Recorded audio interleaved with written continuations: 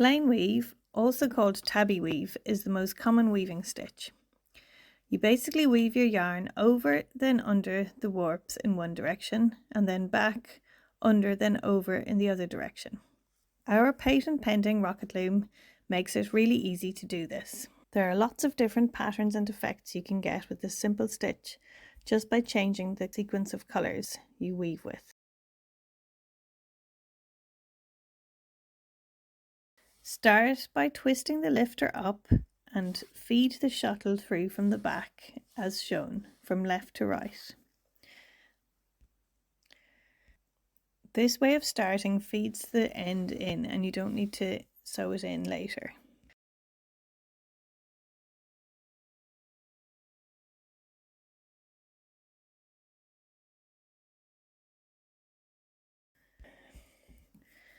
Twist the lifter round so the other side is up and pass the shuttle from right to left.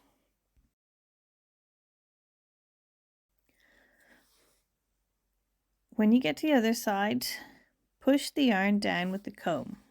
Always make sure you are twisting the lifter towards you each time, so it is picking up the warps as close to the warp teeth as possible. Twist the lifter around so the other side is up and pass the shuttle back from left to right. Try not to pull the yarn too tight so the warp strings remain straight as you weave. Push the yarn down each time with the comb. This is called beating down. If you notice the edges pulling in or the lifter not picking up the right warps, it is likely a sign that you are pulling the weft too tight. To minimize this, you can do a technique called bubbling. As you weave, pinch the right side of the yarn right at the edge of your weaving and form a half circle or bubble of yarn with your shuttle instead of pulling it straight through. Beat down the yarn from the center of the bubble out to the sides, or you can do it in thirds if that works better for you. Do the opposite when weaving from left to right.